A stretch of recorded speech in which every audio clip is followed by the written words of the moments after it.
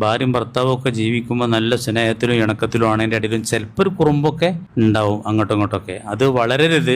റസൂലുള്ളാഹ് പറഞ്ഞത് ഇത് വളഞ്ഞെല്ലിനാൽ സൃഷ്ടിക്കപ്പെട്ടതാണ്, ആ വളവുണ്ടാവും, നീർത്താൻ നോക്കരുത്, നീർത്തിയാൽ അത് പൊട്ടും എന്നാണ്. പൊട്ടലെങ്ങനെ? തൊലാക്ക്.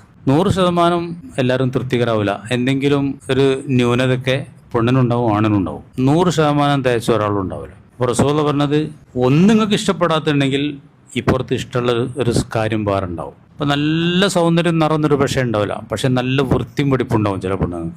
വൃത്തിയും വെടിപ്പൊന്നും ഇല്ലാത്തൊരു സൗന്ദര്യം ചിലപ്പോൾ ആകർഷണീയമായിക്കൊള്ളുന്നില്ല. ഞാൻ അതൊക്കെ കണ്ട കാര്യമാണ് പറഞ്ഞേട്ടോ, ഹദീസിലുള്ളതാണ്. എല്ലാം 100% നമുക്ക് അത് ആണിലുണ്ടാവും പെണ്ണിലുണ്ടാവും കുറച്ച് കുഴപ്പങ്ങളൊക്കെ.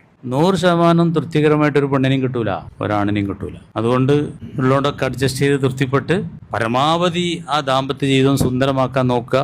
വളരെ സുന്ദരമായിട്ട് പോകും. അതിനാണ് അല്ലാഹു തആല ആണും പെണ്ണുമായിട്ട് സൃഷ്ടിച്ചത്.